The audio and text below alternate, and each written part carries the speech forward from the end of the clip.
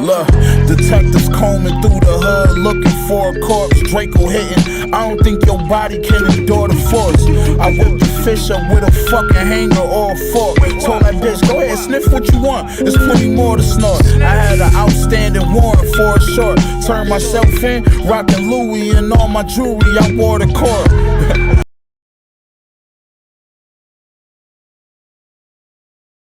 With Staff Sergeant Justin Cramer. Justin, I appreciate you coming through, man. How'd you bump into my pod, bro?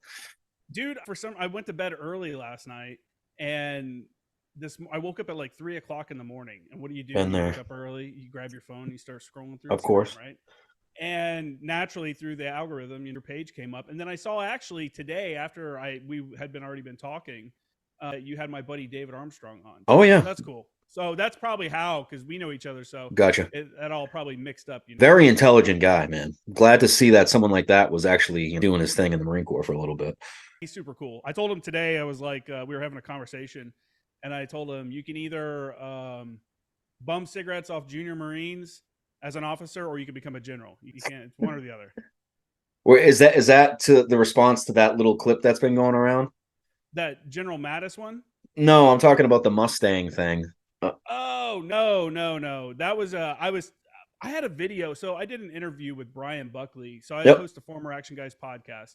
I did an interview with Brian Buckley, who was a Marine Raider officer, and now he started the Hellman Valley Growers Company, cannabis company out here in California. Awesome. And during our interview, he talked about when he was in IOC, there was a Mustang, I think it was a Mustang officer, lieutenant there, that was kind of arguing about his orders of where he was going. He was getting kind of mad about it or something like that. And I guess he had bummed cigarettes off enlisted guys while they were in the field before and stuff like that. Well, apparently General Mattis came in and relieved him. It was like, you're no longer going to be an infantry. Really? This is at the end of the IOC. You're no longer going to be an infantry officer. You got to go do something else. So they sent them. Someone in the comments said they knew him and that he went to Intel and became, he did well there and stuff. But for whatever reason, I put that clip up 2 years ago, and for whatever reason, it's like blowing up on YouTube. It got like 60,000 views in 2 days. I was like, what the hell's going on? Wow. Here? Jeez. So, but I did see that when you were talking. So what was exactly? It was someone saying that enlisted guys shouldn't be becoming officers. That's exactly what a Mustang is. How do you feel about that?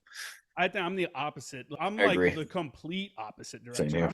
It should be easier for enlisted guys. Absolutely. More experienced. They're well-versed in things. Yeah. I don't think there should be a requirement for them to go to college. I think maybe there should be a requirement to take some college classes, because you're going to be required to write letters, correspond. So you should have some basic understanding of the English language and stuff. But to require a 4-year degree, how many guys do we send off to MECEP that go to MECEP? A lot of them never come back. This is a little hidden secret out there. I know a few guys that have done MECEP. A lot of those guys go do MECEP, and while they're in that process of going through college, they start logging all their medical issues, and they get medically retired from MECEP. Oh, really? Dude, that happens a lot. And that's so, and then even if they don't, let's say they don't do that, they go to college, and now you lose a guy for 3 years while he's doing school. So I think it should be easier for people to become officers, especially enlisted guys. I know people say, hey, that's what warrant officers are for, chief warrant officers and stuff. I don't think so. There's a difference for sure, but we would combat promote people in World War II from enlisted dude to officer to lead platoons all the time. Absolutely. Our most heroic people that we talk about in our, Marine Corps history and stuff. And then on top of that, I don't think there should be a requirement for someone to be an officer to come in the Marine Corps. I think in this day and age of information and the internet and the ability to get knowledge and do work without ever having a degree, a college degree is just, that's a dumb requirement. I mean, for me, I think you're a union guy, right? Yep. Okay, so for me, why wouldn't I want a combat engineer that's going to be building shit? Maybe I take a dude that's gone through his apprenticeship and he's a journeyman and he's proven himself as a journeyman. Why not bring that guy in as an officer? Absolutely. Why would bring him in as a private? You know what I'm See, saying? you're talking common sense now, bro. You already know. I mean, you can learn coding with never going to a class. You can learn it all online. How many people without a degree that could be awesome leaders or have a ton of information that we're just bypassing because of a stupid piece of paper? That sadly, brother, I feel like that happens a lot. Yeah, and we're more and more seeing that a college degree isn't really worth it. Now, with that, if you are a veteran, I highly recommend that you use your GI Bill. And that doesn't, when I say that, doesn't necessarily mean a 4-year college degree. You know, use it to go to a trade school. Use it. I knew a guy that went to WyoTech or something like it was WyoTech or something similar, and went to learn how to become like a master mechanic and all this stuff. You know, use it to improve yourself. If you're starting a business, take some business classes. You know, do printing. I do J Cramer Graphics is my website. I was like, oh, I graduated from SDSU with a degree in advertising and journalism, and I still have a year's worth of benefits left. So Wow. I was like, well, I could just go to the community college and take a printing class to learn how to print my own shirts. So I'm not paying a printer to do them all for me. You know what I'm saying? So you got to figure out creative ways to use that stuff, and just don't leave it on the table, because even if you take a class, like a printing class to learn something basic, take a welding class, you're going to get paid. You know, you get BAH as long. You know, I don't want to be the typical, you know, service member that just complains about not knowing about this stuff. But don't get me wrong, I feel like a lot of the responsibility comes back to us, you know, doing our own homework on this stuff. But at the same time, I feel like the military needs to do a better job of explaining the ins and outs of these things, because a lot of us don't really even, and you know, I've gone back and forth with people about SEPs and TAPs, how this is all explained in that process. But keep in mind, the mindset that you're in on SEPs and TAPs, dude, is probably the most dysfunctional part that you're ever going to be in, because you're thinking about getting out. You're worried about what's going to happen when you get out. You're leaving a life that you've been a part of for a while that was very intense.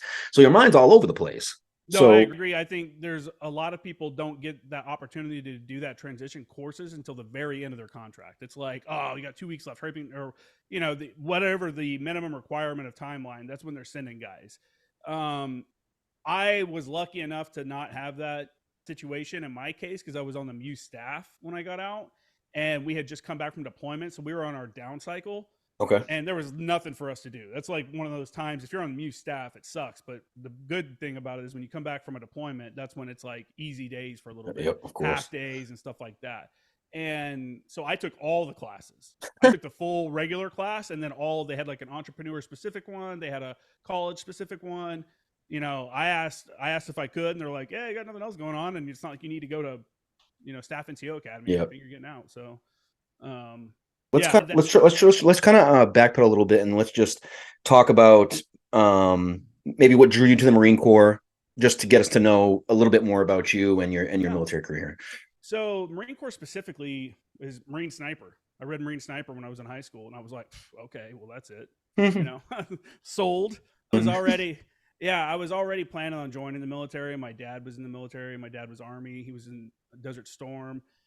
My grandfather on my dad's side was in the Army Air Corps, and then the Air Force once it transitioned at the end of World War II. And then my grandfather on my mom's side was in the Army also. So it's kind of like no one was surprised. You know, it was around it all the time. So you had a little bit of a support system there. Yeah. And growing up, I was like, oh, I'm going to go be an Army Ranger. You know, it's going to be awesome. You know, it'd be sick. And then in high school, I read Marine Sniper, and I'm like, oh, shit, dude. Like, that's it, dude. These guys are the best, you know? And I like read that book like 5 times probably. And then when I was a senior, September 11th happened. And it was like, that was the first time I went to the recruiter, was like that week. Oh, was it? Yeah. It was because I was a senior, and I was like, well. So you can probably articulate that day well. You remember the day well. Oh, yeah, man. I mean, it was, well, remember, so I was at Indiana. I'm from Indiana. Okay. This was 2001. Internet wasn't huge back then. I didn't even know what the World Trade Center was, to be honest. Yeah, of course. Like, we did class that day because there was state testing going on, and seniors were excused because we'd already done ours. And one of my buddies came over and was like, hey, dude, a plane flew in the World Trade Center. And I'm like, what's the World Trade Center? Like, it's one of those skyscrapers in New York. And I was like, oh, shit, you know? And then we went to McDonald's. We just smoked some weed, and we went to McDonald's to get a biscuit or something. And I worked in McDonald's, and they were like, hey, you know, did you guys hear what happened? We're like, yeah. And we went back to the break room to watch the TV and saw the second plane hit. And it was like, oh, fuck, dude, this is crazy. And it was one of those things where, you know, like I was always thinking I was going to join the military, and was telling people I was going to join the military. And it was kind of like, well, time to put your money where your mouth is. Yeah, you know, exactly. You said you're going to do it. Now, I will say I actually didn't join until 2006, because back to that weed thing, I got arrested my senior year of high school. So my recruiter, as you can imagine, was not very happy with me. Of course.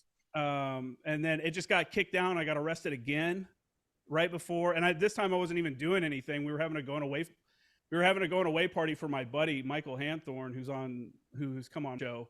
I was supposed to go to boot camp with him. He was leaving. We had a going away party. Oh, that sucks. And then we got arrested. He didn't. He peeled and got out of there. And nice. Okay.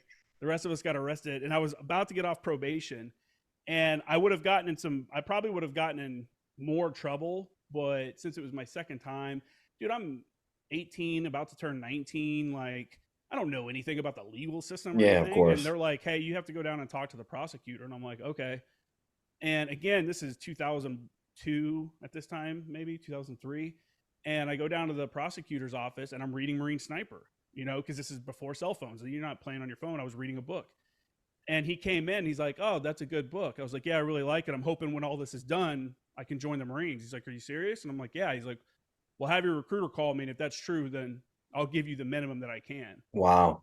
And I was like, all right. And my recruiter called him, hooked it up. It was like 6 months probation, whatever, like nothing.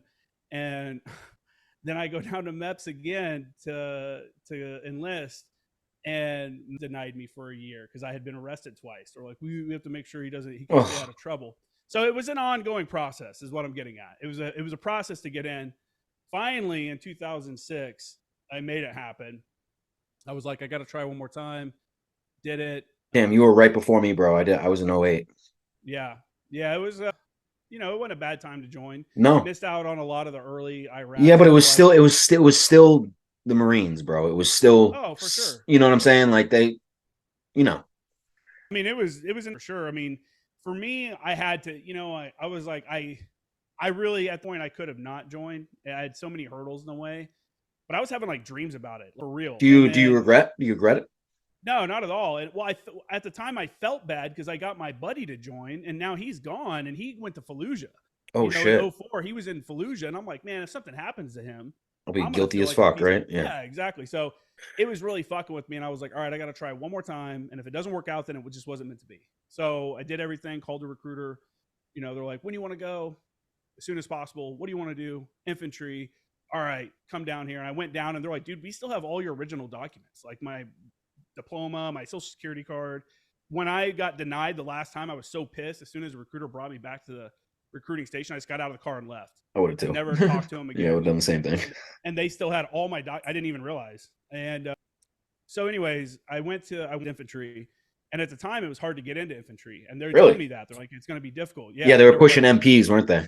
No, they really weren't putting anything. They were like, they're like, we got to work because once the contracts go out, once they're gone, they're gone. To the next month or quarter or however it is. And they were like, what about Forward Observer? What about this? And I was like, well, I mean, Forward Observer would be cool. Right. Anyways, but they said, like, we're going to work on the infantry contract. Well, it gets all the way up to the day before I'm supposed to leave. And I'm still waiting to find out if my job is secured. Call down to the recruiter's office. My recruiter doesn't answer. Another one does. And I was like, hey, is this infantry contract good? And he's like, yeah, man, you're good to go. Like he's not going to tell. Yeah, no shit. The night before he's going to boot camp. So you're still open contract? So yeah. So I don't know this yet. I get down to MEPS and I get grilled by the gunnies and shit because because I'd been arrested twice and stuff. They're thinking I'm going to go and break at the moment of truth. They want to make sure like there's nothing else that I've left out. Yep. And then they're like, all right, so what job do you want to do? And I'm like, what do you mean, what job do I want to do? Infantry. And they're like, yeah, okay. Well, if you want to do infantry, you got to wait 3 months. And I'm like, dude, I can't. Come on. Yeah, exactly. I had just moved out of my apartment. I sold my car and I found out my girlfriend was pregnant the week before. And I was like, I can't wait 3 months. Like I quit my job, and I was like, what's available? And they're like, supply or this. And I'm like, dude, fuck that. Like, fuck that. Join the Marine Corps. Yeah. And the guy's like, well, you should go open contract because, you can get infantry from that. And I'm like, dude, if I do that, I'll end up as a fucking cook or as a fucking it sounds like a wish and a prayer. And he's like, well, it's either that or you wait. And I'm like, fuck it, dude. I can't not go again. You know how many times I told people I was joining the Marine Corps? Yeah, you can't. Yeah. Years later, and I'm still there. They're like, I thought you were. What happened? And I was like, I can't go back home again. So, fucking signed that open contract. Got sent to boot camp, Paris Island, summer of 06. And then when I got to the end, they're like, all the open contract people go go down to this building there and tell you what your job is. And they told me geographic intelligence specialist. And I'm like, okay, that sounds cool. And I look it up. I'm like, it's not infantry, but I'll leave the military with a secret clearance, and maybe it'll be cool. And I get to MCT, get to the end of MCT, and at the end of MCT, they tell everyone, here's your MOS, and here's your MOS school, and they go to that bus. It's going to the airport. That one's going to here. And they're like, Cramer, so-and-so, 21, Camp Johnson. I'm like, what the fuck is a 3521? And they're like, motor team mechanic. And I'm like, motherfucker. And I was so pissed, man. I was so pissed. Gotcha. And then I get school, and I'm like, well, maybe I'll get sent to an infantry unit and it'll be cool. I could still do cool stuff. Yep. And we get to the end, and they're like, so-and-so Cramer, 2nd Maintenance Battalion, 2nd MLG. And the staff sergeant laughs. He goes, that's the worst unit in the entire Marine Corps. And I'm like, motherfucker. I'm just like, damn it. Is that Lejeune? Yeah. Ugh. And he wasn't, I don't think he was wrong. It was pretty bad. It sucks. There's just no motive. It was just, it didn't feel like the Marine Corps, man. No, but when you're a young Marine like that and you get to a unit that's already like deflated and has that low morale, dude, it's tough for you to like find your place. I mean, you didn't even get a rifle issued to you until you go to the rifle range, and then you turn it back in and you never to be seen again. You're there to work on trucks. You come in and PT at 5:30, get done by 7, be on trucks working by 8. You get an hour for lunch, and that includes getting all the grease off of you, changing out, camis, going to get lunch, come back. So it's a 9 to 5. Miserable. Well, more like a 7 to 6. Yeah, no, I hear you. It was miserable. And I made the of it. I came in, like I said, I was 23, I think, when I hit the fleet, so I was a little bit older. And my NCOs didn't really like me when I first got there. There was some issues when I first got there. Say less, I understand. And there was a TAD opportunity that came up, and they didn't know what it was. They're like, EFSS project, we need someone for it. Send Cramer, like this new guy that we don't like. So best thing that could have happened to me, I went out and got to test that's a little Jeep looking thing, the Expeditionary Fire Support System, the 120 millimeter mortar. Yep. I got to go to Alaska. I got to go to Bridgeport, and not Dope. Bridgeport, and go hike myself to death. I was in a truck the whole time. So it was like Sweet. nice, like, oh, checking out. Yeah. Yeah. So it's a different experience than some people have had up there. But it was cool because I was in the field all the time, and all these infantry guys that I was with they were all TAD because they were at the end of their contracts, and they were all getting ready to get out. And when we'd go to ranges, they're like, Cramer's a fucking new guy mechanic. Have you ever shot a machine gun? And I'm like, only an MCT. And they're like, get up here. We're all vets getting ready to get out. We just got back from Ramadi. You can shoot as much as you want. And I'm got like, some time in. Sweet. Just up there shooting, man, and dropping mortars and stuff like that. And I was like, fuck yeah. And then I went back to maintenance battalion with TAD. And I was just like, dude, this sucks. I need to get out of here. Yeah. Yeah. So I got sent to Iraq in 2009, and I was in TQ, turning wrenches. Al-Assad. Yeah. TQ. I got to go to Al-Assad to get my eyes checked because I did a lap move to 0861. And to do that, you have to be not colorblind. Oh, you colorblind? No. And the colorblind check is a book. It's like a flip book that has like bubbles in it. And for whatever reason, they didn't have that available at TQ. So they flew me to Al-Assad for a week to get my eyes checked for that one flip book. Came back. The eye doctor was like, that's not the right document. You got to go back. So oh my God. And they're like, no, that is the right document. And I'm like, hey, whatever, man. I'm I'm getting paid. Yeah, I'm still in Iraq. It sucks, but at least I'm in TQ. I'm in exactly. Al-Assad, whatever. But anyways, I did a lap move while I was there to 0861 fire support man. And came back and got orders to 2nd Battalion, 10th Marines. Okay. Where's that out of? The Arty World, Camp Lejeune. Oh, okay. So not far. Yeah, it was down the street, really. It was just down the street from where I was at. It was cool. I had probably the best mentor I could have had in the artillery community at the time. Shout him out. Master Guns Klein. Yeah, he was an instructor at Fort Sill. People probably know him there. He was a Chiefs course instructor. Okay. And he was my first chief, and he was just so like, you'd see how the battalion commander would talk to him because the battalion commander knew that he knew what he was talking about. With respect.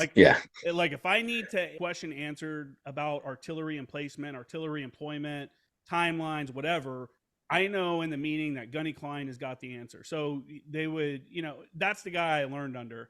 And because of that, normally when you are a lap mover and you're a sergeant 0861 at the time, your first deployment would be as a scout. They put you out just like they would a Lance Corporal. You'd go down with the line company and you'd be on foot patrols every day, which is what I wanted. That's why I was fucking getting into the job.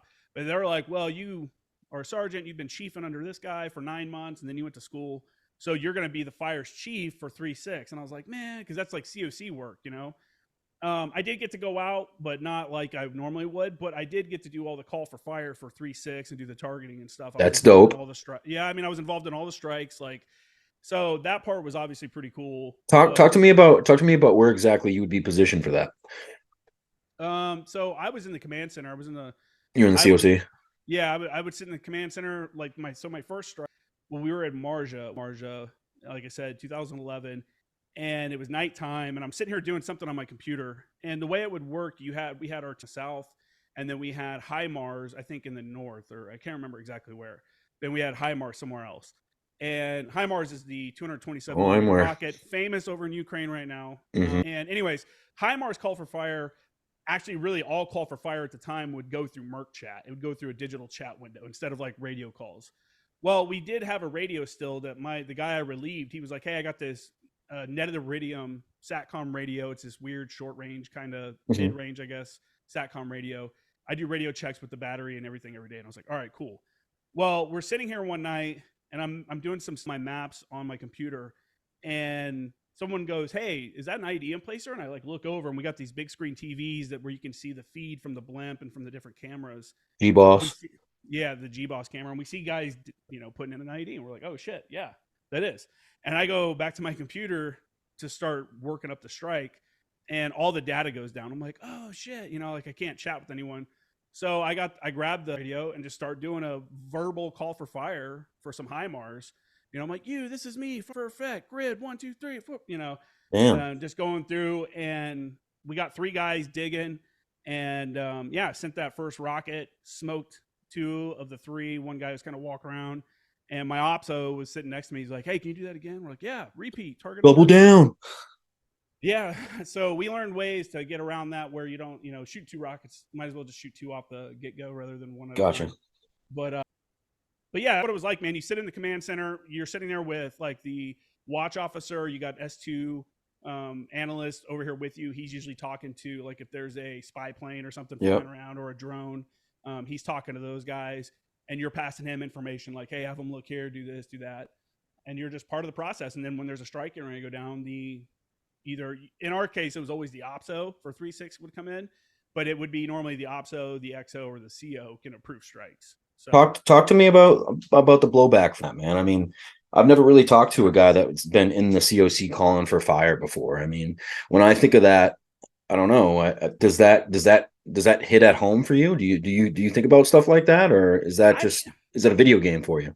I wouldn't say it's a video game, but it's not something I never felt bad for it, because these were all dudes that we knew were bad. Facts. In every case that we did a strike, which this is why anytime I see a podcast or a news article where they're like, they make it sound like we're just slinging rockets. Yeah, I know. Like that. I'm like, dude, the strike process is pretty thorough, because I'm sitting here with a map data. Think of a Google Earth image with little circles all over it. And those circles are all the mosques that have been reported to us. These are no fire areas, and we're looking at everything. We're looking what structures. I mean, in 2013, I got pinned down and they wouldn't drop a bomb on a dude or do a gun run because he was next to a mud wall. That's how the ROEs work. Tell me this, because I'm sure you're aware. I'm sure you're aware of it. The Tyler Vargas incident. Which one's that? That sounds familiar. He was a pig. He was a sniper, and basically he was at the airport there. It's in Afghanistan. It's the last part that we pulled out from. What was the name of the airport? Just slipped my mind too. It's the big one. Yeah, it's gonna bother me. Hold on. It's the one. It's the international one. Yep, that's gonna bother me. I keep thinking Kabul, but I know that's not it. It's the. Does it start with a B? Yes. So he's there. They have PID on an individual planting an IED. He calls up the chain. Hey, I get this guy. I see what he's doing. Can I take the shot? And they're like, and then within 15 minutes, it detonates, and kills, I think it was like 10 or 12 Marines, and this individual, the sniper, Tyler Vargas, he got his, I think, half of his arm blown off, his leg, you know, a bunch of bad shit. Now I know what you're talking about. Yeah, he hit Congress and he talked about it, and we haven't heard really anything since. Now, being as what you just told me, I mean, the process of actually, you know, dropping a HIMAR or identifying an individual to, you know, fire upon, what was the drop off there? Is it just someone that didn't want to put their neck out and be like, make that call because they were worried? You know what I'm saying? Keep in mind, we're just Monday morning quarterbacking here. Right now. It changed over the years, and it really depended on the attitude of the commanding officer and whoever his JAG officer, because the JAG officer is also there for every strike. The JAG officer is the judge advocate general. He's basically a lawyer. He's the CO standing right next to him, and he goes, "Yeah, it looks good to me, sir." You know, he's the one also going everything. The CO, XO, or OPSO approves the mission, but the JAG officer gives them the thumbs up, going, "Hey, gotcha. We're not going to get in trouble." You're all set. Yeah. In the case, like I was saying, like 2013, when I was kind of pinned down, we could have dropped, but the CO for 3-4 didn't have the stomach for it. And he, after the fact, he was like, "Yeah, I saw him at the fucking fob," and he was like, "Yeah, you're the JTAC, right?" And I was like, "Yeah." He's like, "Yeah, you were a couple minutes from having that strike approved." And I'm like, "Dude, I was fucking pinned down. I was getting shot at." And, you know, in my mind, I'm like, "Fuck you, dude." You know, like he was like, "Yeah, we were waiting on the Afghans to use all their weapon systems." And I'm like, "Oh, it's that simple for you?" It's that. I'm like, we were shooting mortars, they were shooting Dishkas. This was like one of the few times the Taliban actually stood and wanted to have an actual firefight for a little bit. I was like, we could have just smoked a bunch of dudes. And anyways, so that is a case where the ROE would have been totally fine. Like we were within our right to do a strike, but the CO, his appetite for it wasn't there. When I was with the commanding officer with 3-6, Lieutenant Colonel Schmidt, we moved from Fob Marja. We had to move they moved the battalion CP from Fob Marja up to, what is the name of that base? Oh, I can't remember. It's just north of Fob Marja. It's a bigger one. Anyways, when we moved there, he's like, "Hey, Sergeant Cramer," he's like, "we just got into town, so find me a target to hit with HIMARS." And I'm like, "Okay, good to go." Say less. You know, I looked over at the S2 guy. I was like, "You heard him. Start looking. Get the drones out." But it wasn't like, don't take that as we were just blowing shit up. No, I hear you. Because we had a building. I remember the CO immediately like denied multiple times a request to blow up a building that we knew had IEDs in it. And but they just didn't want that negative press of them destroying these buildings. Look at the Americans blowing up these compounds. We knew what they were going to do for it, or what they were going to do with that information. So it wasn't like we were just striking legitimate targets. We got investigated one time, but because they said that there was like some injured girl there, and then they sent like this Air Force colonel down to Fob Marja to watch the tapes and stuff. And he's like, "Oh, where did she even come from?" Because you can see that we've struck 2 guys in a field. There's no one around them. And then when they got there, they brought this girl out like, "Oh, you struck this girl." Well, the whole time we were watching full motion video of them roll the bodies up into rugs and throw them in the tree line. So when the guys got there to do the BDA, we're like, "Dude, the bodies are at this grid in the tree line. Ignore that." And we're like, "We don't know where the girl came from that's injured. She wasn't like missing a leg or anything, but they had something." So they took it pretty seriously. You know, everyone took it seriously. If a strike was happening, if the possibility of a strike was going on, the COC would get super quiet. Everyone would just let you do your thing. It's a lot of stress. It was taken seriously, though. It was. Oh yeah, man. You're fucking blowing people up. Yeah. You know? And the reality, and that's what I always tried to like impart on the junior guys before I got out. When you're out on the OP and you're just calling for fire from OP Alpha, and your rounds are a little off, like, "Oh, well, it's the impact area." In reality, what are you going to do? That round is off. You're hitting something you're not supposed to be hitting. You know, you should be fucking taking that dead serious. Yeah, you know, take it as seriously as you should be, because the reality is people can get fucked up. Absolutely. Fratricide happens. And no, it does, sadly. I mean, and fire support is just one of those communities where incidents are going to happen. Well, do you see it? Do you see it evolving a little bit? Because look where we are now in Ukraine, dude. Drones are dropping ordnance. You know what I'm saying? Like, I mean, it's coming to the point where maybe there won't be a human behind it at some point, and it's just going to be completely autonomous. That's kind of scary. I don't really like the idea of that. I'm really glad that we didn't have to deal with like these first person viewed fucking Yeah. FPV drones Yeah. with little grenades attached to them flying at us. Wow. We I know. started it with Switchblade. I know. That was like the first one like that. And now everyone's using them, and it's kind of like That wasn't a good idea. Yeah. Yeah, it's changing the battlefield, but I think if you're talking traditional war, at some point you're going to have to bust out the big guns. Arty's going to come to play. So when I keep it's another it's tool in the toolbox. yeah, that's true. It's funny because I've been on the verbiage lately of talking about warfare evolving, and it kind of came full circle to me recently when I'm just watching the shit show that is the media. And warfare evolving is disinformation nowadays, man. You're just flooding the airwaves with whoever is the bad guy and you're the good guy, and they dropped ordinance on our civilians, which justified us doing that. It's just well, I mean, everybody has their justifications for going to war and stuff. Misinformation. I mean, like I said, I was a journalism major in college, and during the George Floyd riots and all that shit in Southern California. Oh, actually, you'd be a great person to talk about this with. Okay. Yeah, so you can imagine some of my professors weren't, they were definitely left of center, if you will. I remember I've told this before, my photojournalism professor was called. We were like reviewing photos and stuff, and she was bringing in photos from like the riots and stuff. And she's like, "Look at these stormtroopers, like talking about the cops and shit." Dude, quit putting this in these kids' heads. I'm the dissenting voice in the room. Like I would debate her, which she was cool. I will give her credit that she and I would have these linked a back and forth where there was actually like, yeah. And she would allow you to give your point and speak. Do you see how that's not there anymore? That they're not even allowing that? And I say they aren't allowing, you know what I mean? But I feel like nowadays it's not even acknowledged a different side of the coin, or if you have any sense or weight in the game, it's all just, I don't know. It just seems like it's getting out of hand. Well, I mean, I was a liberal arts major, so every class reinforced that the patriarchy fucked up the world, and everybody's gotcha has issues. And SDSU, every email they send out, they have the statement where they're like, "We're on stolen land." And oh boy. But I'm like, if you're on it, then give it back. Like, if you're not, shut the fuck up. Yeah, facts. Like, I don't know. It's a crazy world. Misinformation, though.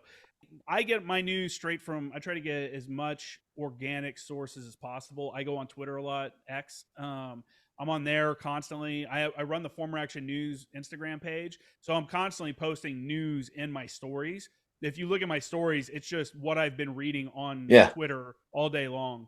And I try to pass information that I think will be good for. I've had a lot of people email or message me and be like, "Dude, this happened right down the street from me. I didn't even hear about it, and you're posting it from California." Really? And like, because I'm not putting out opinions. I'm just putting headlines out. What you see, what catches your eye, And I put the full tweet with the article, the time, and the date. So if you want to read more about it, you just go to Twitter and you can look it up, on that page and read it. But you have to find good sources of information, and you have to like cross-check everything. Now, is that why you started that? Because I mean, as you know, today, I mean, I know countless amounts of people that are just like, where do I get my information from now? They don't trust the media as much, and now we're going to independent sources, whether it's Instagram, whether it's YouTube, whether it's some page that you started following. It seems like people are going elsewhere for their information or their news. 100%, man. Legacy media is dying. It's pretty archaic. People don't want to watch it and have opinions shoved down their face. They'd rather listen to a podcast and hear lengthy discussions about something rather than like these hot take, like, they're trying to get like a clip for whatever. People do that on social media as well, but it's not as much. I started the page because, I was like, I remember during the last election, and this isn't me, or not during the last election, during the last presidency, there was so much misinformation going on. And I was a journalism student at the time. So I'm watching news constantly, and I'm not even watching the news, but I would sit there like a nerd and watch these Senate hearings and these congressional hearings and stuff like that. And then I would see the news later on get reported about it, and it'd be skewed to whichever story that they're looking for there. And I saw some weird shit, man. I remember watching the Amy Coney Barrett confirmation hearing for her Supreme Court nomination. And she said that, what did she say? She said, people have a choice or sexual decision or something like that. And I wish I knew the word now so you could look it up. But what happened was whatever the word she was, sexual preference. Oh, she said, I think she used sexual preference. And that senator from Hawaii, the Asian lady, Oh, was yep. like, hey, that's a bad term. You shouldn't use that. That's like putting down gay people by saying that they have a choice in the matter and that it's not something they are. And then literally within 3 hours, Webster's dictionary online changed the definition online to say that it was a slur. Sexual preference is a slur. And I swear, and you can look that up. Anybody can look that up. Amy Coney Barrett, and then Google Amy Coney Barrett dictionary change, sexual That's preference, absurd. something like that. And you'll see the article from the Associated Press, I think, is who did the article on it. But when I saw that, I'm like, dude, they're changing the definition of words for political reasons. Like, That's absurd. And 99% of people don't know that because they're not following. They're not going to watch the hearing and then go, oh. So I got really frustrated with how misinformed people were. And I was already sharing a lot of my page originally was my J Cramer graphics page for my website. But I wasn't sharing any graphic stuff. I was just sharing news stuff. And I was like, I'm just going to change this. I'm going to make it a news page. Eventually, I'd like to have a website where I'm putting out original news content and stuff like that. So I switched it to Former Action News, and then I just started, posting news and that's dope for my podcast. So this is kind of new for me, man. I never thought I would be doing a podcast or I never was a big talker, but this is kind of my lane, dude. It's something I love. The Marine Corps was probably the best years of my life. And, it's probably what I know most about. Mm-hmm. And it's funny when I talk to other guys that have podcasts in the same lane, because I have PTSD, TBI, a couple other things, and I've gone through the VA system. I've gone through the private care. And honestly, this has been the best form of therapy, or I don't know, whatever you want to call it, best thing for me. I love being able to talk to like-minded individuals so we can actually discern some of the stuff that's going on in the world. And it's helped me greatly. And I don't know about you, what was going on with you before your podcast, but I'm sure it hits you somewhat in the same realm. I would say I didn't have a lot of residual effects from deployments and stuff like that. I never felt bad about any of the dudes that we smoked because I knew every one of them was bad, and we had confirmation afterwards. Of course. Like one guy we hit was like his biometric information was on an IED that injured one of our platoon commanders that had to get medevaced out. So it was like when you hear that and you're like, fuck that dude, like I don't care, like that's what he gets kind of deal. So my issues mostly were with like sleep and stuff, and being just from when I was in Afghanistan in 2011 with 3-6, my fires officer got pulled to do information operations. And that left me running the section, me and two like corporals, or me, a corporal, and a junior Marine. And shit's going on 24 hours a day. So I basically lived in the command center, a minimum 16 hours a day.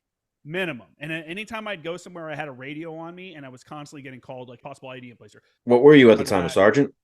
Yeah, I was a sergeant at the time.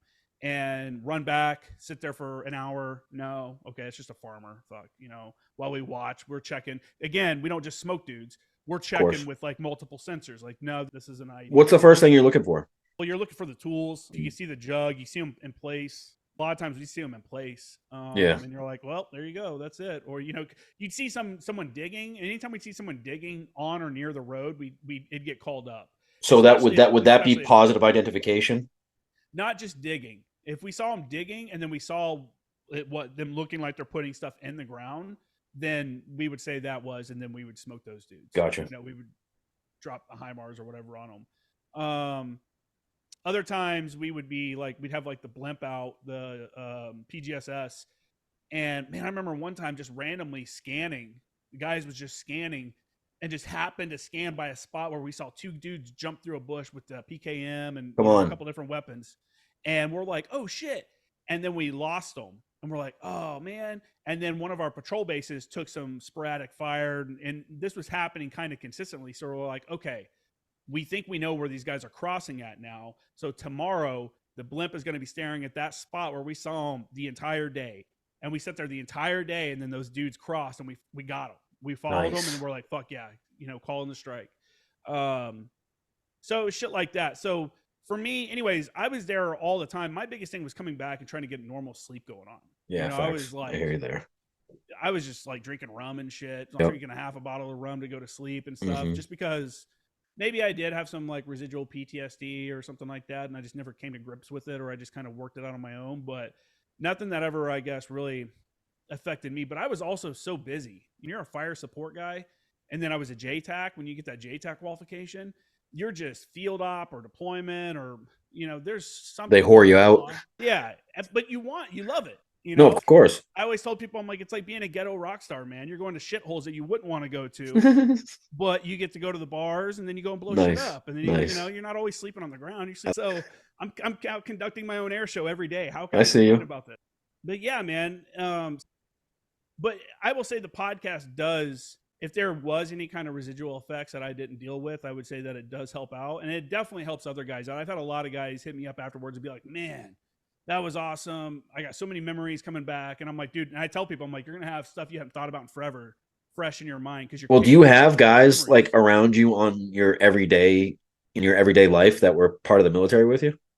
I still hang out. So I just did a podcast earlier today with my buddy Tracy Offit. He was my sergeant major when I was at First Anglico, and he's been on the show probably 6 or 7 times at least.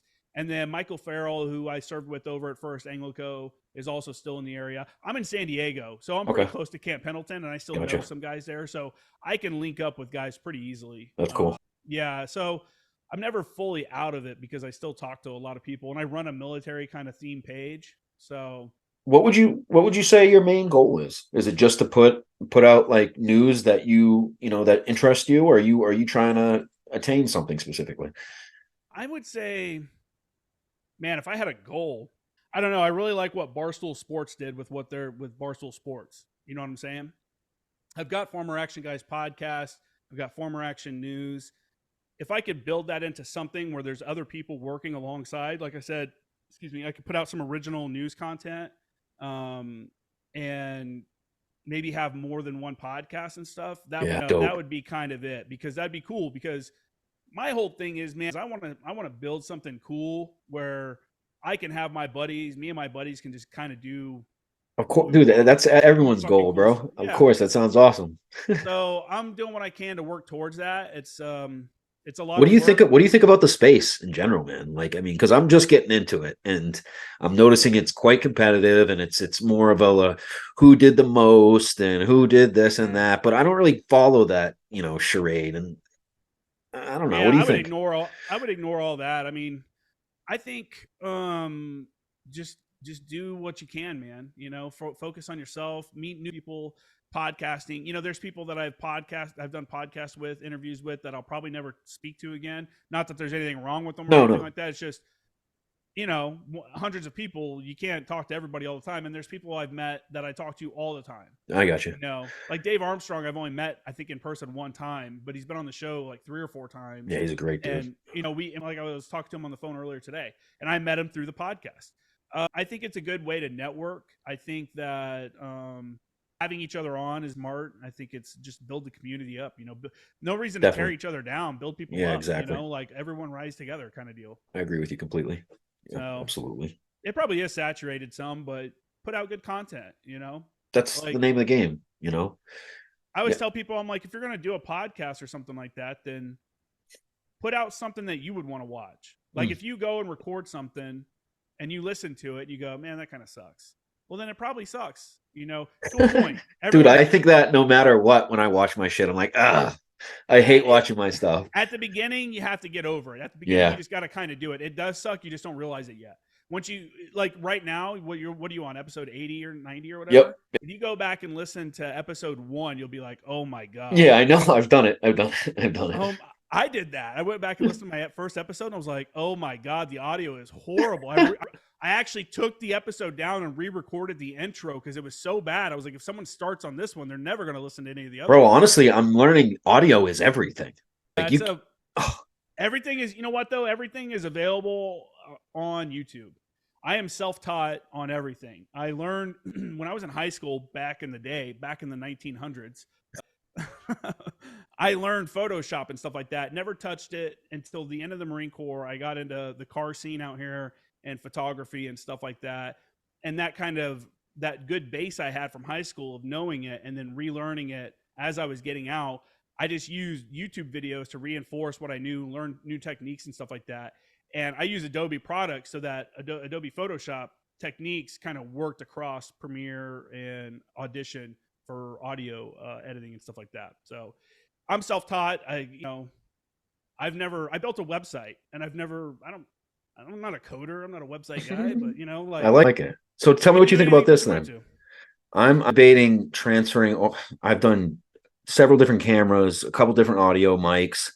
I'm thinking I'm just going to go with myself, because the big thing for me is in-person podcasts, and maybe if we chose to go outside at a location or like not in the studio, I need to have a mic that can be utilized in that setting. And I don't know, I'm thinking about doing the Bluetooth mics right off the phone. Yeah, like a lapel mic. Yeah. Oh yeah, those are. I was actually telling a guy that yesterday. I was like, hey man, for what you're trying to do, get a lapel mic. You don't need like one of these setups is really nice, and it's kind of something you see in a lot of podcasts, but this one's expensive. And there's no reason, if you're just starting out and it's a hobby, to go and spend over $1,000 on a setup. You know what I'm saying? Yeah. Your microphone, the Yeti Blue, yep. I used that one for 160 episodes before I bought this setup. So that's like $115, $120. What do you get out of the setup you have right now that is that you notice a difference? So the Yeti Blue will pick up more background noise. Facts. So like I live in an apartment. I'm in San Diego. So if my neighbors like stomp or something like that, they'll probably pick it up. It picks up more of that background noise. This right here, like if I step away from it, you'll hear me, but it'll be super low. So any kind of like, it's just a cleaner audio. I can tell just by the way it sounds. I agree with you. Yeah. Okay. Yeah. I mean, there again though, the Yeti Blue, like if you go back and listen to my like episode 150, probably doesn't sound too much different than this one, but I don't know. Don't do it unless you're trying to do it as a job. I work from home. I'm a digital marketing guy.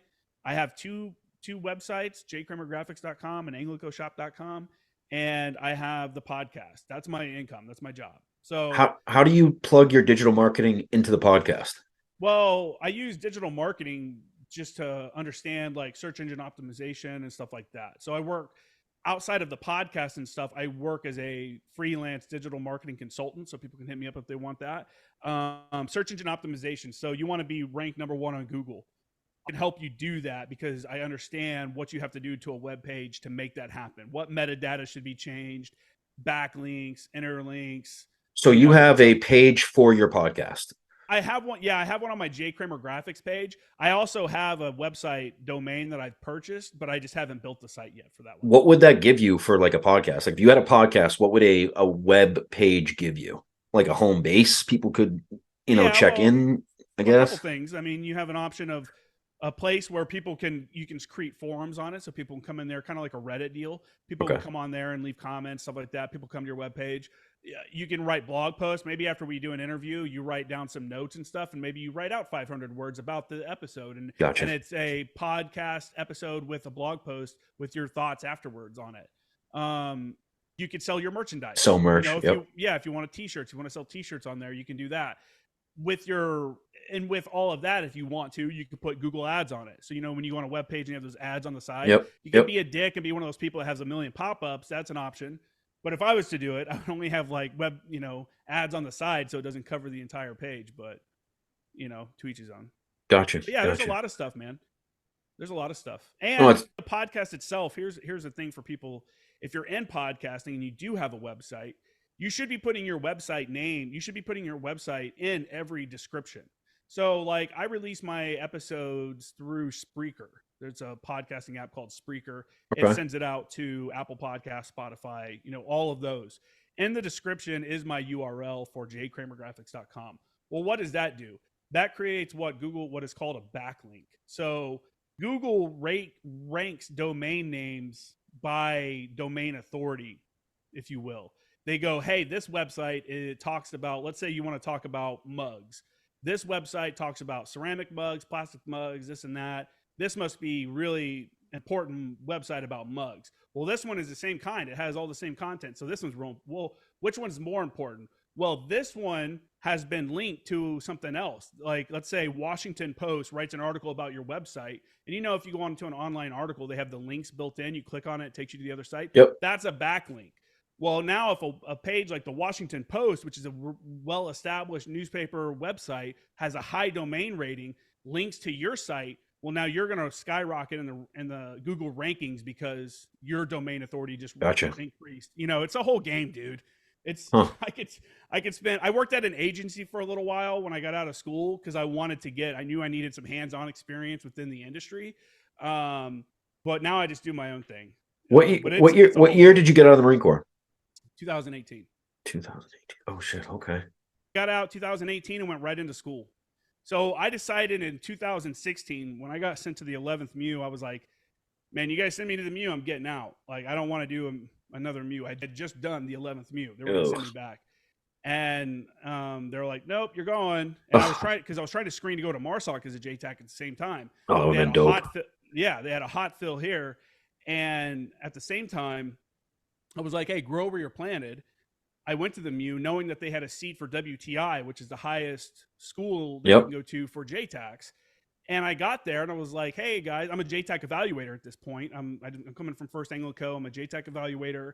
And I get there and I talk to the air officer and I was like, hey sir, I'm like, do you guys have a seat for WTI? And he's like, I'm not sure. And I'm like, well, you do, I keep track of it. You do. I checked. And he's like, why, do you want to go? And I'm like, I do. I was like, I'm a JTAC-E. This is my whatever deployment. I gave him the whole shebang. And he's like, that's an officer school. And I'm like, what? And I'm like, no, it's not. And I had this kind of little back and forth with them, but this is literally the first time I'd ever met the guy. So I had a little back and forth and then just stopped and immediately was like, that's it. I'm done. I'm not going to get talked to. This is my 5th deployment. I'm a staff sergeant. Yeah. I'm not going to have someone fucking pull some shit like that's an officer school, especially when I know it's not. And 2 years out, I made the call. I'm getting out. And as soon as I did that week, I went down to the education center and signed up for some college classes and pumped out 30 credits before I got out. Oh shit. So well, you buzzed over that quick, dude. Was it a hard decision for you? No, not at that point, because this was going to be, like I said, this is going to be my 5th deployment. I did my first deployment in 2009. This was 2016, and I'm getting ready to start my 5th deployment.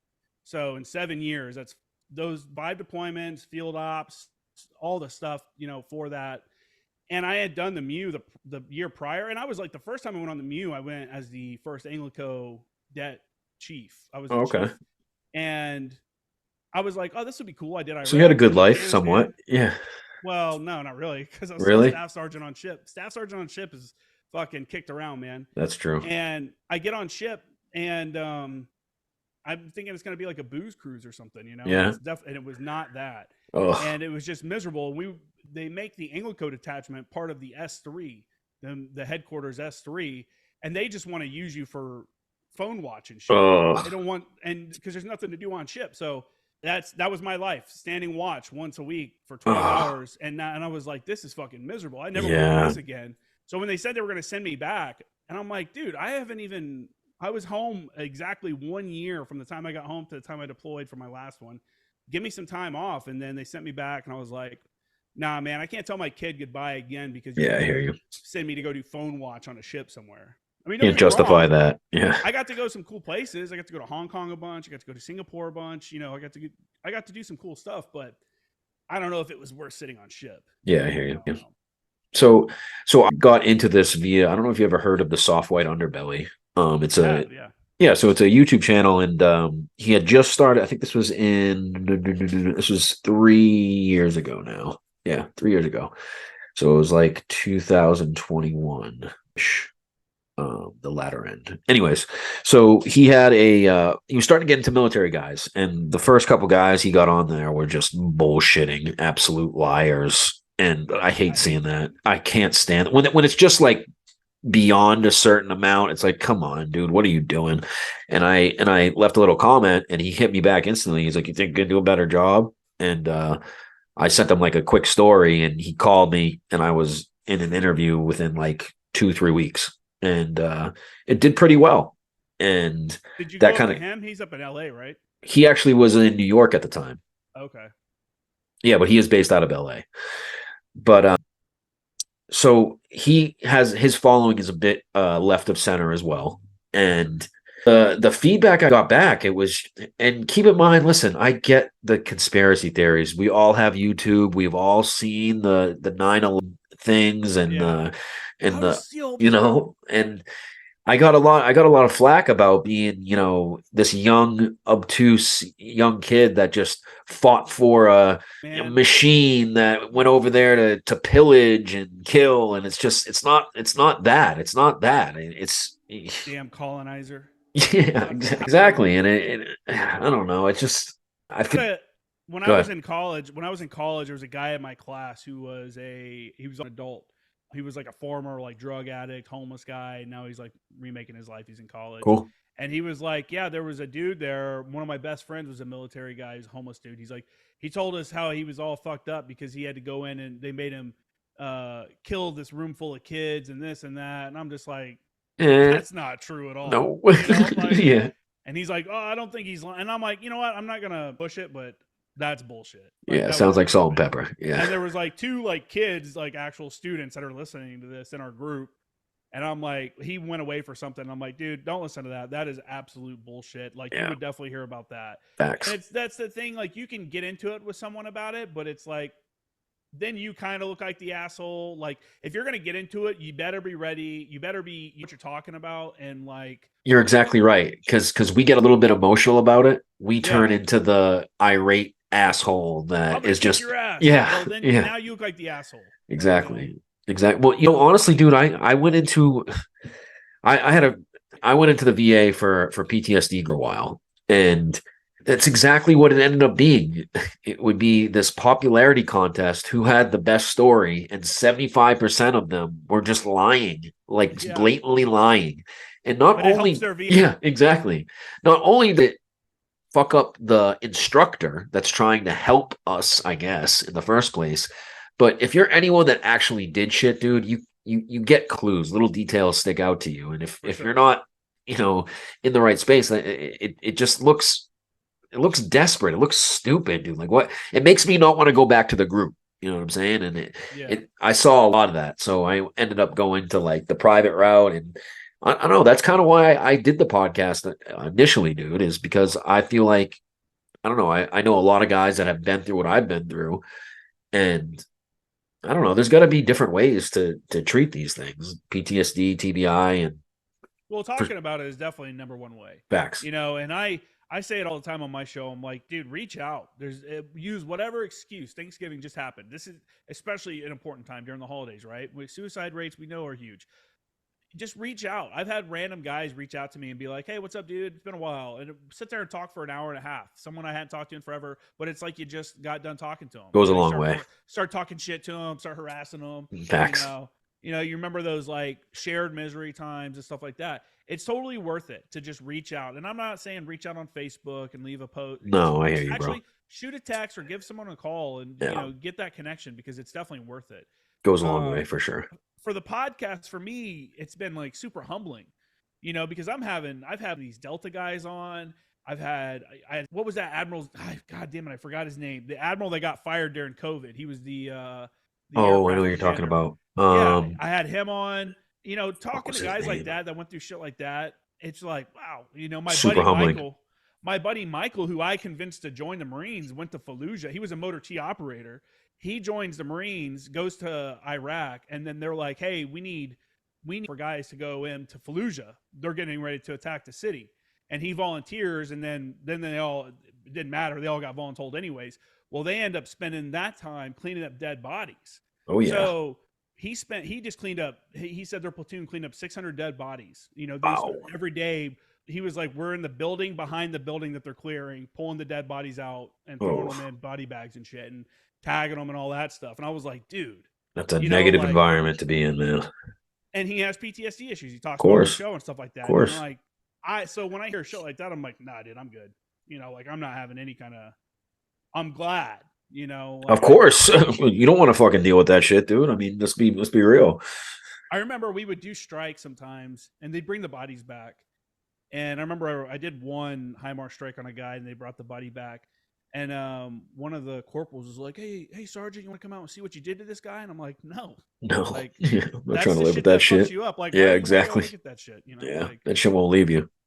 yeah, like I don't need to be involved. Then again, man, I hear what you're talking about. I hear about like, not giving a fuck about, killing bad guys. I get it. But to a certain degree, when you see some of these kids, these people, sometimes it's kids, sometimes it's, women. And it's just like, if you have any kind of critically thinking brain, you start being like, yo, why the fuck are we over here doing this, killing people? And it's like, what are we really doing? And if you're thinking like that when you're over there, you get all you fucked up in the, the variables. But at the end of the day, I mean, our boys are over there. We're fighting a bad regime. I mean, the Taliban are bad people. They're extremists. I mean, it's fun.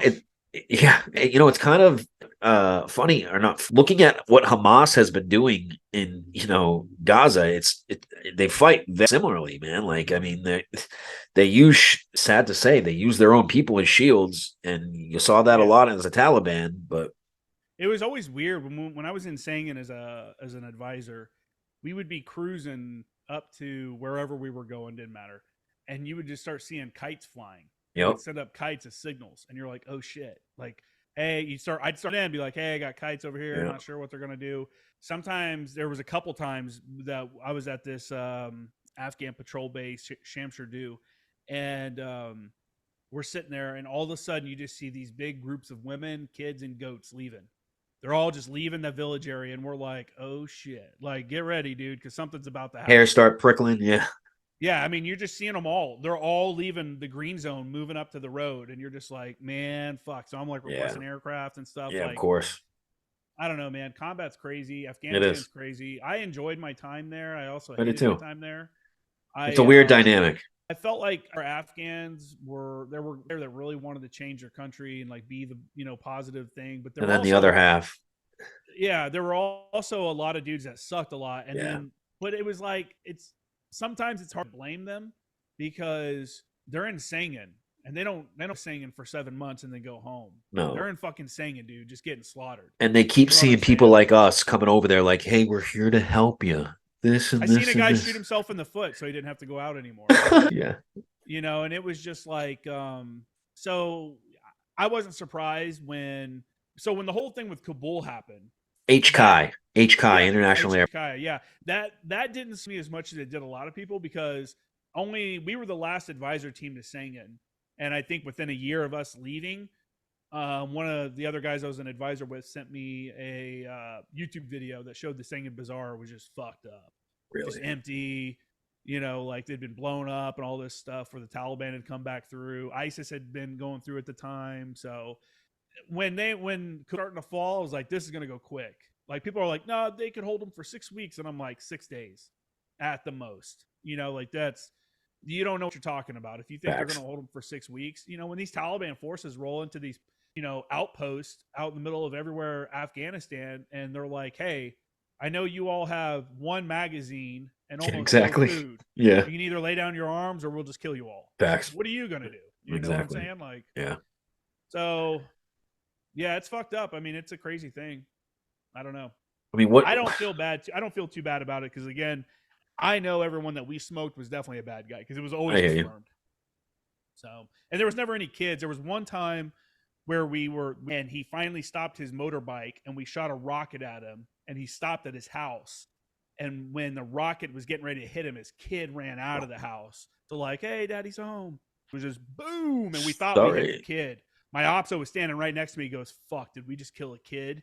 And we're just waiting on the dust to clear. And we're like, oh, shit. And then it was, no, we didn't kill the kid. But obviously, that was not what we wanted. Yeah, of course. No one wants to kill a kid. I mean, we didn't want to kill the dude in front of his kid either. You know what I'm saying? Like, that's not... War's shitty. People can be mad that I'm talking about people getting killed and stuff, but they didn't have any problem killing our guys. So no shit. We never talk about that. We don't want to, Yeah, we signed up for it. They knew the game. We knew the game. The danger was there, and we played it. Facts. So, but yeah, man. But go ahead. The whole at HKIA though. I mean, so fucked up. Yeah, I mean, I don't know how to feel about because I mean we had a few interpreters that really did a lot of work for us, man. And I mean we really gave them the song and dance that they were gonna, as long as they put our flag up and ran with us, we would take care of them at the end of it. And a lot of them really bought into that, man. And I don't know if it did. Dudes reaching out to me, man. I had guys reaching out to me on Instagram like, hey, I'm so-and-so. I'm at this place. You know, is there you can help me and my family? And I'm like, dude, I would just I felt so bad. I'm like, this is real life shit, man.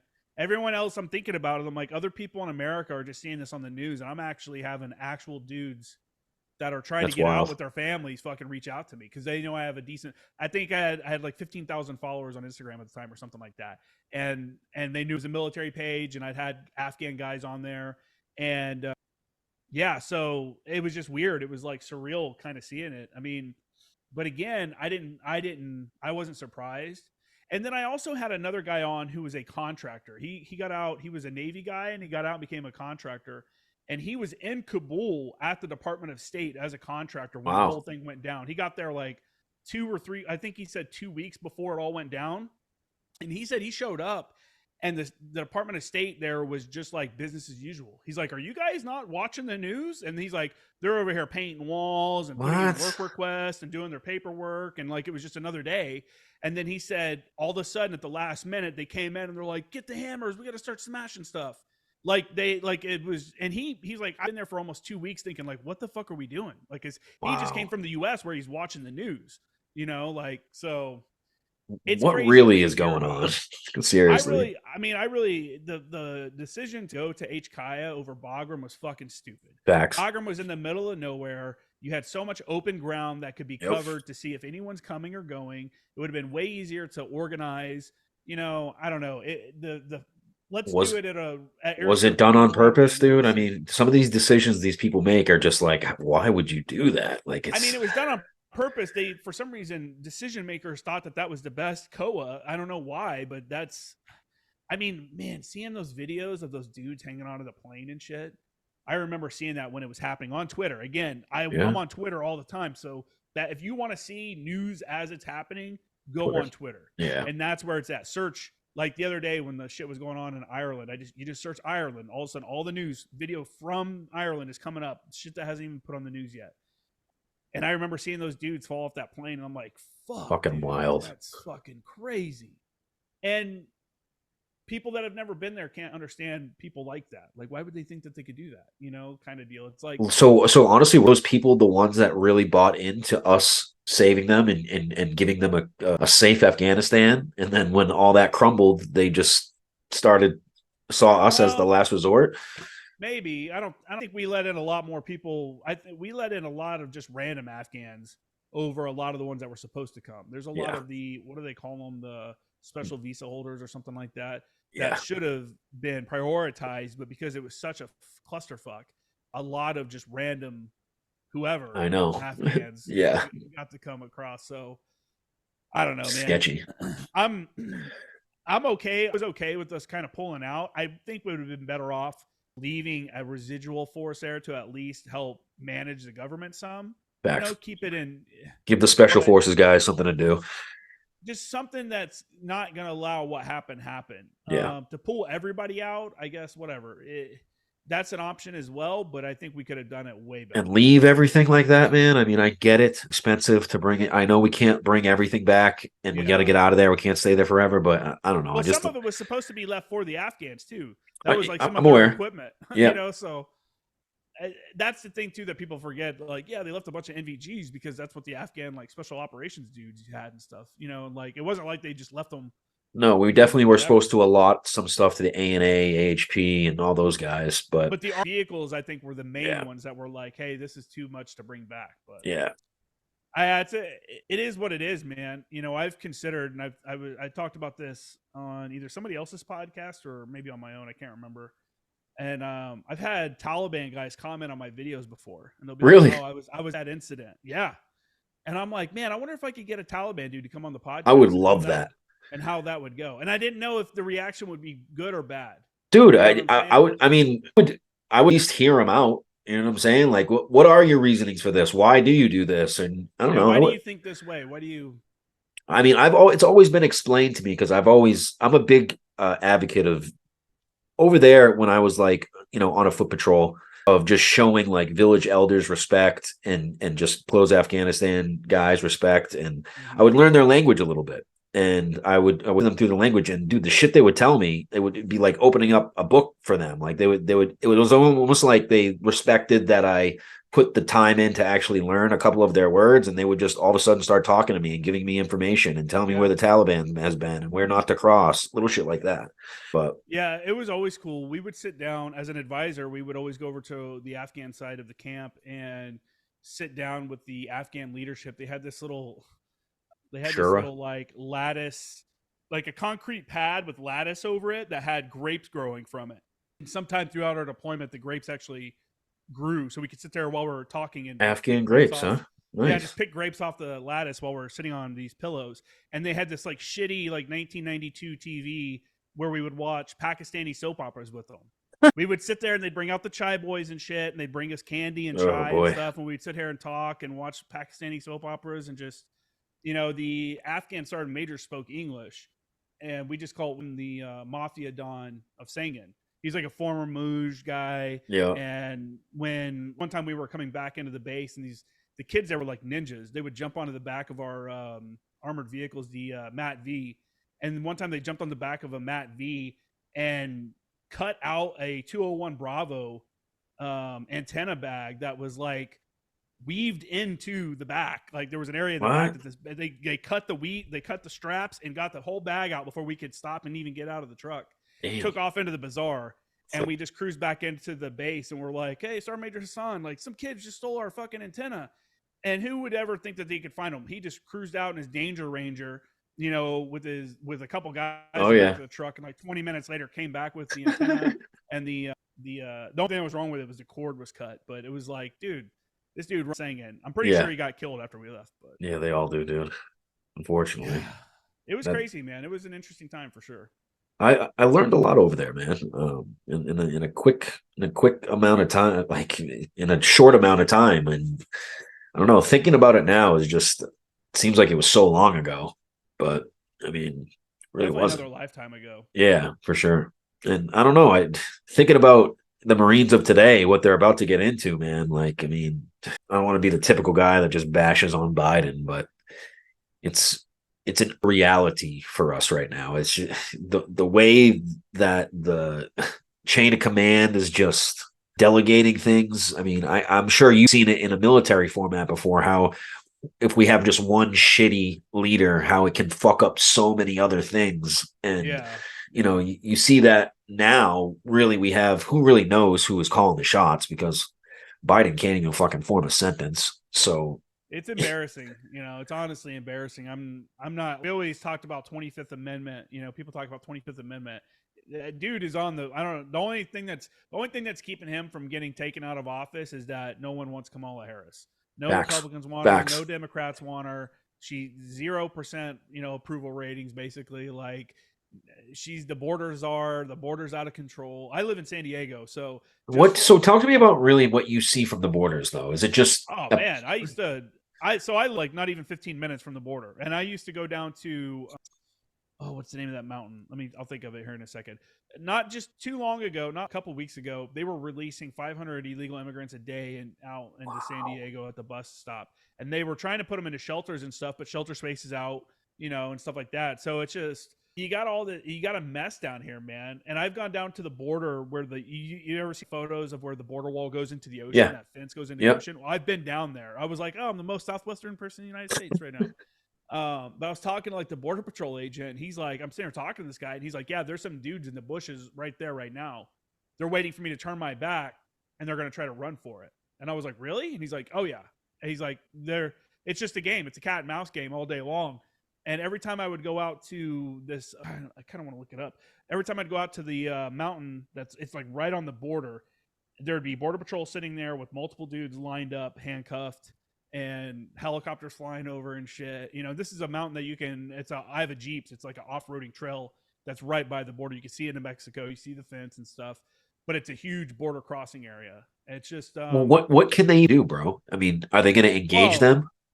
You know what I'm saying? Like, well, I mean, all they're doing is documenting them and then releasing them. That's the problem. And here's the thing with me, and I don't want people. I get frustrated. I'm here in San Diego, man. We get we're one of the busiest border crossings in the country.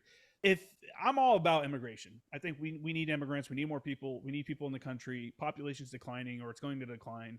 But you got to know who's coming in the country. Yes, absolutely. It's not fair for us to not know who's coming in the country. One, and it can't be unregulated because where are these people going? They're going into the most affordable housing in all the different cities in the United States, which affects who? The people Americans that need the most affordable housing. We talk about how the housing market is going up like crazy and it's unaffordable.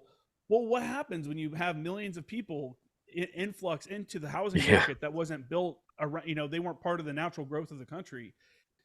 And people want to talk about like wage suppression and stuff like that, and people don't get paid enough. And I'm like, well, if you would secure the borders and let people in legally, and we can track them, can tax them and stuff like that, then they can't pay them illegal wages. They can't do that kind of stuff, and everybody will benefit because everybody will pay more. And I was having a debate with like a liberal professor at one of my schools about this in front of all these students.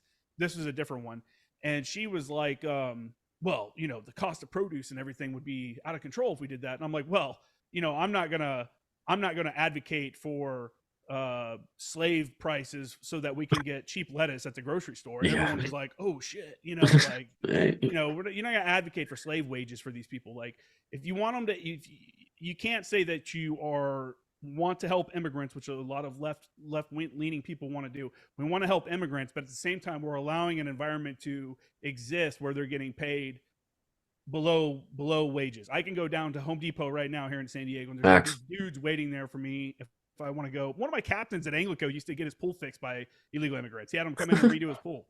I was like, that's kind of fucked up, dude. Like, you're a fucking military officer. Like, what the fuck are you doing? And he's like, hey, man, they do good work, Like, he goes, I pay them, like, I'm not fucking them. And I'm like, yeah, I get it, but fuck, dude. Like, that's I hear you. So I'm all about immigration and stuff like that. I got no problem with it. But do it the right way. Do it the right way. Like, pay taxes. Come on. Yeah, I mean, it just makes it better for everyone, us and them. I think more money should go into the immigration when in school I had to do a paper on this. Immigration courts or immigration judges, I think their caseload is 10 times more, or 10 times, and this was before these crazy surges we've been having, 10 times higher than average judges. So that's why it takes these people years to get processed through the system. That's why I think it's over 90% of these asylum claims get kicked out, or get thrown out of court. Like they're not a legitimate claim, but we don't find that out till 5 years down the road. And then NGOs step in and go, well, they've already been living here for 5 years now. We can't make them leave now. You got to have some sympathy on both sides. Of course. I'm not okay with like streams and streams and streams of 20-year-old males coming into the country that knows who they are. This year alone, 24,000 children stopped trying to come into the border. Double check these numbers. These are real. Just alone, which is the 10 years combined. 24,000 Chinese nationals. That's just one nation. You know what I'm saying? So what are these individuals doing that they need to come through that way, dude? It's so crazy, dude. It's like, I don't know, when you see these videos in like Texas and stuff where they just like, what really blows my mind, you see the videos of like the Border Patrol taking down fence and stuff that Texas puts up. What the fuck is going on? What? That's when people get real pissed. That's kind of like when getting cleaned up San Francisco for Xi Jinping. What was that? What are you, dude? I was walking down I was just telling this on my podcast earlier today. I was walking over here by North Park. I'm in San Diego, and I was walking down the street, and there was this dude in front of me smoking fentanyl, probably whatever it was, out of his pipe as I'm walking towards him, and he's like, "Woo!" blows out, and he's like, "Can I get $1?" As I'm like, I was like, "Fuck you, no." Is it really? Is it really like that? Dude, 100%. I took my kid over to Balboa Park. There was one part that we used to go to like climb that. Stopped going there because it became a homeless camp. People were doing drugs out in the open. There was one day we went over there was a naked lady standing in the corner, completely naked, screaming. This crazy old lady like, ah!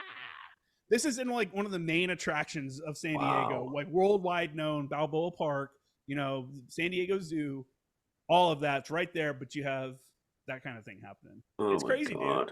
It's crazy. If you haven't been to San Diego, San Diego would be just as bad. But I'm in Boston. Yeah. How's it there? Not like that. Not like that. For that. You want to Definitely. see a thing, man. If you ever come out to California, take a cruise through what's that fucking spot called? I just had it in my head. It's where the under white belly dude does Oh, his stuff. Skid the Row. yeah. Yep. Cruise through Skid Row. It is fucking mind blowing. It is like a third. I know that's cliche and it gets thrown. No. Yeah, But yeah. it is legitimate from a person that has been to like Djibouti and seen the refugee camp and shit there.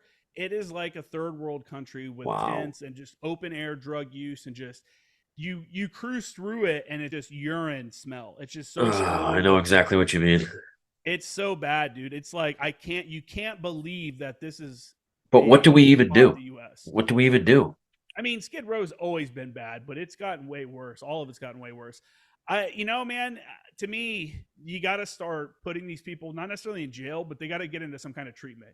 You can give them the option. Like people always talk about how we should be more like the Nordic countries and stuff like that. Well, in the Nordic countries, they go, "Hey, drug addict, you can either come in and do treatment, or you're going to go to jail. Yeah. Which one do you want to do?" And I think they'll give them 2 or 3 stops before they force them to do it. And then after that, if you refuse it, then you're going to go to jail because it's not fair to society for you to sit out on the sidewalk being fucking zombified out of your Absolutely. mind. Absolutely. Naked. You know how many naked homeless people I've seen? That's absurd. Me and my kid went to Sonic one time, did a little pull up, and we're sitting there eating, and he goes, "Hey, Dad, check that out." And we look across where we're looking, and there's a homeless dude shitting in a bag. Oh, that's nice. What the fuck? Oh. You know? I mean, it's real, man. It's fucking real out here. I mean, I've heard the stories, dude. I just haven't really. I walk by them every day. I live in a shitty neighborhood. I live in the hood out here. People get shot and stuff. And fucking, I walk out here and there's like tranny prostitutes and there's fucking homeless people like camped up. Like not even a joke. 100 yards from here, the 14-year-old kid got killed like a year ago. And Tell me you got something to protect yourself over there, bro. Oh yeah, Okay. I roll. Good. I actually have a couple. I have a SIG that I got when I was on my 3-6 deployment. The tan one? Did a custom order of the 226. Yeah, the P226. Ooh, it's cute. I like that. So it says Tufelhunden on the side, OEF, and it has a 3-6 That's logo. badass. Yeah, it's pretty sick. And then I have up on the wall there, I've got a double barrel shotgun that I got from my advisor deployment. We had shotguns made. That's awesome. Yeah, I got a couple more of those. So that's dope. I'm good over here. Good to hear. Yeah. People are coming at. It's just like, do you understand what you're doing? Do you understand you're taking your freedoms and your liberties and you're throwing them in the trash? Like that is for us. That's protection. And why are you looking at it like some bad thing? I don't understand. You see that guy in LA that shot, like defended his family? Yes. Someone was trying to rob, and yes. they took away his fucking permit because he said he was being an asshole to the cops. So, and I'm like, this is news. So if I'm those criminals and this dude was just shooting at me, now I know he can't do anything or he'll get in trouble. That's the perfect time to go back and fuck with them. You know what I'm saying? Like, it's absurd, dude. It's crazy, man. No, I don't. You got to be careful out here. California, you can't just carry. You have to. It's harder to get. I actually haven't tried to even get my concealed carries permit. It's a pain in the ass. It's a pain in the ass. I'm not that worried about it. I wouldn't carry the SIG around. I mean, that's not really a carry gun. Yeah. I mean, I guess I could, but it's not necessarily something I would want to do. But I do like having it. I like having it here. I just don't. I work from home, man. I'm lame at home. I'm home all day anyways. I hear you. I don't go places very often because I work from home. So yeah. And if you go out somewhere, you can't take a gun into a nightclub or a fucking restaurant or something out here. Wait, so what's the actual rules over there? For what? For carrying? Yeah. Well, you can get your concealed carry. One of my captains when I was at Anglico got his. The sheriff made him a big essay on why he thought he should, and he put in like, this is the same time that like ISIS kill list came out. I don't know if you remember that and all that stuff. He was like, we're a danger, da da da da. So if you're not concealed carry, then your weapon and your ammo has to be separate. Like you can't carry a loaded gun in your car. You can have weapon and ammo in the car, but they have to be locked and separate from each other. Okay. Honestly, I don't really look too much into it. I'm from Indiana originally, and I don't carry, so I don't really doesn't affect you. I guess I don't put myself in situations where I'm needing to worry about it. Like if I go to the range or something, I know I can't ride around with a hot gun. So that's no big deal. You know, it's in its case and the other one's in its case. I don't put locks on everything necessarily, but everything is in separate cases and stuff Gotcha. like that. Because I have like soft bags for some of my rifles, and Okay. I'm not going to put a lock on a soft bag. Yeah, exactly. It's stupid. So, yeah, I don't know. I mean, now you have to do fucking background checks for ammo, which is What? which is crazy. But I keep this back to Biden, but I hope the next leader we have for this country just fixes some of these things that are just absolutely absurd. And I will say this, which is an opportunity. If anybody is west of the Mississippi, BLM land, there's a shit ton of BLM land, and it's almost all west of the Mississippi. But when you get out here, like if I want to go shoot, I can go out to the desert and set up a couple 100-yard range or something if I want. Because BLM land is federal land, and you're allowed to shoot on federal land. You still have to follow California laws. I can't go out there okay. like, Gotcha. Yeah, I can't machine gun or something out there to the California desert, Arizona maybe, or Nevada or whatever, whichever one allows it.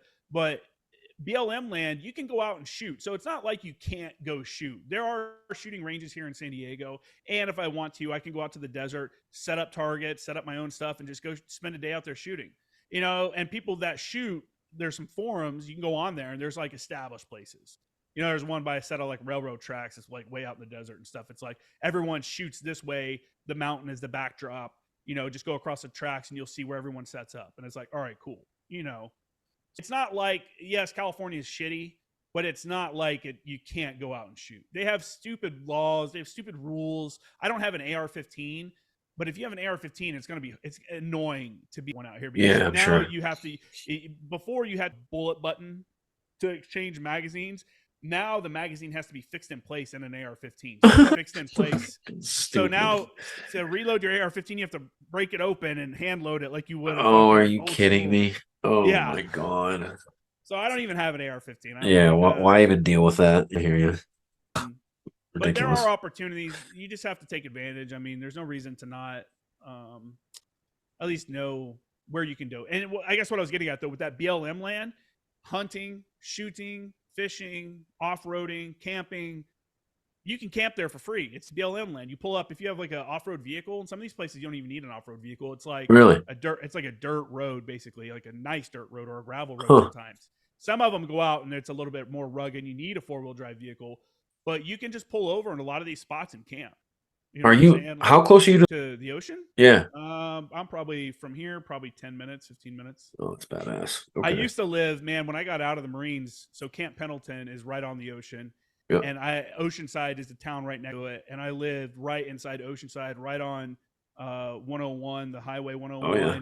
I was a 5-minute walk from the beach, from the pier. Like I'd walk down there with my surfboard and fucking shoot photos. Like I'm a photographer, so I'd go out there and shoot photos of surfers. And when I got out of the Marines, one of my things I thought about doing while I was in school was like, maybe I want to become a photographer. And I was like, well, if you're going to be a photographer, then you got to put 8 hours. You got to put in the work. You know, people like, oh, you work from home. That means you get to chill all day and watch fucking Netflix. No, you still have to go, hey, I have to do 8 hours of work today. So I would wake up in the morning, grab my camera, walk to a local coffee shop, grab a coffee, walk on the beach, shoot photos of surfers, birds, sunrise, whatever, come back, make breakfast, start editing those photos, watch a video on YouTube on an editing process I don't know anything about or I'm trying to learn about or something like that. Work on the website a little bit, and then lunchtime I'd go back down to the beach, shoot more photos. You know, you have to make it whatever it is you're doing. If you want to be a podcaster, that's totally cool. Be a podcaster, though. You know what I'm saying? How serious is it for you? Learn more about your trade, dig into everything. Yeah, I hear you. I got you. How serious? I mean, if you want it to be a source of income and a job, then it has to become a job. It can't be a hobby and a job at the same time. You're not going to put in hobby work for job results. Got you. Well put. Well put. So, yeah, and that's my recommendation for people getting out, man. Find something that you like and just, if you want to work on your own, you can do it. You know, whatever it is, you can do it. It's there. It's maybe you're not going to be an Olympic sprinter one day, but you know, maybe you thought about being a really good, playmaker or something like that. Use your education benefits, learn how to do it, and put in the time on your own to do it. Education is free right now with YouTube. You can learn so much. That's a fact. Free. If you want to get into something like what I do, digital marketing, there's a service called the Veterans Transition Support that offers free. You sign up, you make an account through them, and once you have an account, then you can get the course RA classes, which is a bunch of a huge courses that give you certifications you can put on your LinkedIn and stuff like that, and everything from That's awesome. Excel to programming to business management, all this stuff, which normally costs hundreds of dollars for free. Some of these classes cost hundreds of dollars each through Veterans Transition Support. I'm not sponsored by them or anything. No, keep going. This is I recently found out about and I signed up for it because the thing with digital marketing is it's always changing. So for me, something like that's good because I can constantly get more information, updated certifications, more resources for the newest thing that's happening. So that's awesome. Whatever field you're in, get into that field, really dig into it. Like if you were in the Marine Corps and you were a sniper in the Marine Corps, you were really into that job probably. That's one of those fields you have to kind of be in. Gotta love it. Yeah. You got to apply that same kind of mentality to whatever it is you're doing when you get out. You know what I'm saying? And especially if you want to work for yourself. Yeah. Because it's real easy to come home and just sit down and fucking play Warzone with my homies. So you're really saying keep yourself accountable. Keep yourself accountable. Stay on it. Yeah. Be proactive. Yeah. My buddy Michael Farrell, who's done the podcast a bunch. He went from when he got out, he did a transition course where they teach you how to weld and then they get you a job with the union.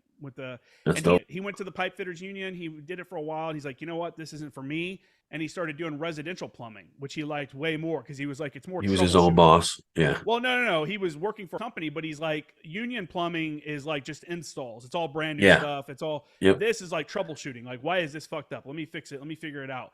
Gotcha. And then he moved from that to being sales. So then he does some plumbing, but he mostly goes around, does quotes and estimates into sales and stuff like that. That's smart. And he was talking about, when he was working there, how he's like that Marine Corps mentality kind of set him apart because he went and got his shirt tailored, his work shirt. Cause he got the classic work shirt with the patch on it with your name and all that shit. He's like, they gave me one and they gave me pants and they all look like shit. So I went and got them tailored. So they look nice and stuff. Goes a long way. And he's like, that little bit of stuff right there, really goes a long way when you're interacting with a customer and you're trying to get them to spend thousands of dollars on plumbing. They're more comfortable. Yeah. So whatever it is you're doing, just be good at it. Try hard. Yeah, because you're right. It gets noticed, man. That's really sometimes that's all you're waiting on is the right person to notice you and step up to the next platform. I hear you completely. Well said. Set goals for yourself too. When I started the podcast, my first episode was episode 001. And I did that on purpose because I was like, that was my challenge to myself to make it to episode 100. I was like, all these people start podcasts, they do 2 or 3 episodes and a couple months go by and then they just stop doing it. And then now that's another podcast in the ether that no one's going to listen to. So I was like, you got to be consistent. So I'm challenging myself. Episode 001. And I know people that knew me were probably like, what the fuck is Cramer doing? He's starting a meme page on Instagram? What is he doing right now? He was a JTAC. Now he's over here. What? And you feel like an idiot. We have like 400 followers on Instagram. Course. And now I'm about to hit 20,000. That's awesome, dude. I'm happy for you. It's one of those things where you just got to keep going, man. You just got to keep grinding. And you'll have people that support you along the way. You'll have people that are supporting you don't even know about. I've had dudes I went to high school with that reach out to me. He's like, hey, man, I've been watching you from afar. Doing great. I love what you're doing. Like, keep going. And that goes so far with me, dude. Any little thing like that, when someone actually watches my shit and tells me a little bit about it, dude, it means the world to me. Yeah, it's like I really like it when the fire support community comment or like, oh, I like this one because it's like that was my background. Yeah, it's like because when you may have felt this too. It's like, who am I to be the one telling stories or sharing at stories? First, yeah, definitely. Way more guys have done way more things as a JTAC, as an 0861 than I have ever done. Who am I to be the representation for that community? So when you hear someone reach out and go, hey man, like Anglico was using one of your videos as like a training point. That's awesome. One day I was like, oh no shit. Like that's awesome. You hear stuff like that and it's like, oh, okay, man, like this is why I'm here. Yeah. Yeah. It makes you feel good, and it's like, okay, it's worth it. It's a struggle, What would that be your like best advice?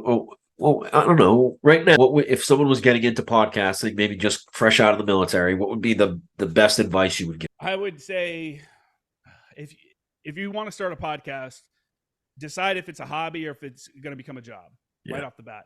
And if it's going to be a hobby, then that's cool. You can start a podcast with a cell phone. You can record off your cell phone if you want it to be a hobby. Who cares? It's production value.